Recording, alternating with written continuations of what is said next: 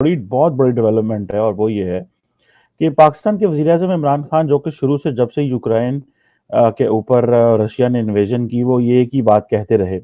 और कहा कि जनाब हमें न्यूट्रल रहेंगे, हमारा ताल्लुकात उनसे भी अच्छे हैं, उनसे भी अच्छे हैं। लेकिन आज एक बहुत बड़ी ब्रेकिंग न्यूज़ है और वो ये है कि पाकिस्तान के army chief left general Qamar Javed Bajwa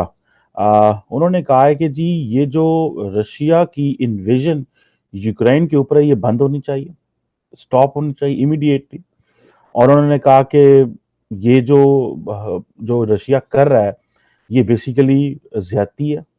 और पाकिस्तान इसको सपोर्ट नहीं करता। यूक्रेन एक छोटा नेबर है और जो रशियन ये जो एग्रेशन है इसको हम कंडोन नहीं कर सकते और हम इसकी सीज फायर की बात करते हैं। हॉस्टिलिटीज बंद होनी चाहिए और ये बड़ी अनफॉर्चुनेट है कि हजारों लोग जो हैं वो मर रहे हैं और यूक्रेन जो है वो तबाह हो रहा है और ये जो कॉन्फ्लिक्ट है इसकी जारी बात है प्राइस है। ये एक छोटी स्टेटमेंट नहीं है,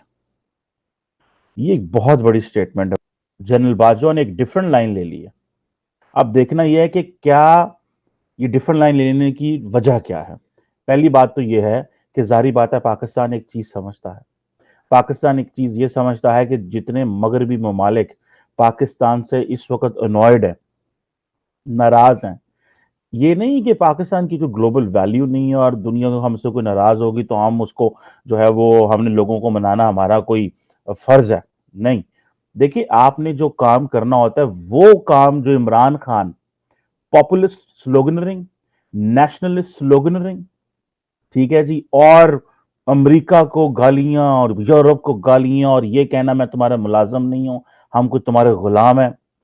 हमारी स्टेट इन इन चीजों की मुतहम्मिल नहीं है। और इस वक्त जो अपोजिशन लीडर्स हैं, जो उनका व्यू है ऑन फॉरेन पॉलिसी इशू, लगता है कि वही जनरल बाजवा का या आर्मी का व्यू है इस वक्त कि भाई ठंडे होकर चलें, दुनिया के साथ को एग्जिस्टेंस करनी है, डायलॉग करना है। अब देखें, अब ये पाकिस्तान की न्यूट्रलिटी तो इसके ऊपर खत्म हो गई। पाकिस्तान के ऊपर बड़ा मॉरली प्रेशर था कि यार यूक्रेन ने आपको देखो असला दिया था, यूक्रेन ने आपको टैंक दिए हैं, यूक्रेन ने आपके लिए क्या नहीं किया जो आप आज जो है वो रशिया के साथ खड़े हो गया। लेकिन इमरान खान साहब के लिए ये एक धचका है कि उन्हीं के आर्मी चीफ साहब जो हैं वो एक और बात कर रहे हैं और इमरान खान साहब एक और बात कर रहे हैं। और इमरान खान साहब वो क्यों बात कर रहे हैं? क्योंकि इमरान खान साहब रैशनल एक्टर के तौर पे काम नहीं कर रहे हैं, वो एक इरैशनल, एक चाइल्डिश, पॉपुलिस्ट, सेंटिमेंटल और जिसे कहते हैं ना एक अल्ट्रा नेशनलिस्ट होकर सोच रहे हैं। और पाकिस्तान में रात फ़ौजी मदाखलत एक तरह से हुई और इमरान खान जो ज़ाहिर है कि उसने जिन झूठ का पलंदा, मतलब आखिरी झूठ जो उसने बोला जिस पर फिर फाइनली कार्रवाई हो गई, वो ज़ाहिर है यही था कि इस्टेब्लिशमेंट मेरे पास आई और मुझे 3 ऑप्शन दिए जो कि झूठ था। इसने बुनियादी तौर पर उनको एंगेज किया था और बुलाया था कि मुझे वे आउट लेके दें, सेफ एग्ज़िट लेके दे दें, जिस पर ज़ाहिर है कि उन्होंने फिर अपोजिशन से रब्ता, वो खैर तफसीलात आ चुकी हैं कि ISPR ने फिर ख़ुद आगे आके पहले तो इसके झूठ को यानी ख़त्म किया और वजाहत की कि बात यूँ नहीं यूँ थी, जिसके बाद फिर फ़ौजी मदाखलत इस तरह से हुई कि जिस तरह से फिर होती है कि यानी ज़ाहिर है कि बाखबर तरीन सहाफ़ियों ने बता दिया कि वो हो गई है और वो इस तरह से हुई कि इमरान खान को अब ज़बान उसकी बंद कर दी गई है, अब ये नहीं बोलेगा, ना इसका कोई इंटरव्यू होगा और डिसफंक्शनल कर दिया गया है इसको, मतलब ये कि अब कोई ऑर्डर नहीं कर सकता। और जो इसने कॉल दी थी PTI के लोगों को इस्लामाबाद आने की, वो ज़ाहिर है कि इसके अहकामात की धज्जियाँ उड़ाते हुए, क्योंकि अब ये साबित हो चुका है इसकी कोई कानूनी आइनी कोई वैल्यू नहीं है कि इसकी ये कोई हुक्म दे सके। तो इस्लामाबाद जो है रेड जोन उसका कंप्लीट सील कर दिया गया है, वहाँ पे कंटेनर्स जो हैं रख दिए गए हैं और इफ़ेक्टिवली इमरान खान की गवर्नमेंट जो है it is now over and done with. इसका जो दूसरी यानी मैं आपसे गुजारिश करूं कि फ़ौज की मदाखलत पे कभी खुश नहीं हुआ जा सकता, ये कोई यानी किसी भी तरह की किसी भी नौइयत की हो उसकी हिमायत नहीं की जा सकती। लेकिन मैं आपसे गुजारिश करूं कि जो जिस तरह से मदाखलत हुई और जिस तरह से इसको लाया गया वो सब की सब मदाखलत थी। 2018 का इलेक्शन वो सब की सब मदाखलत थी। जिस तरह 1 पेज का 3 साल मैंने और आपने हम सब ने वो मंत्रा एक सुना, वो सब की सब मदाखलत थी। तो अगर वो मदाखलत हो सकती है जो पाकिस्तान को तबाही की जानिब ले गई,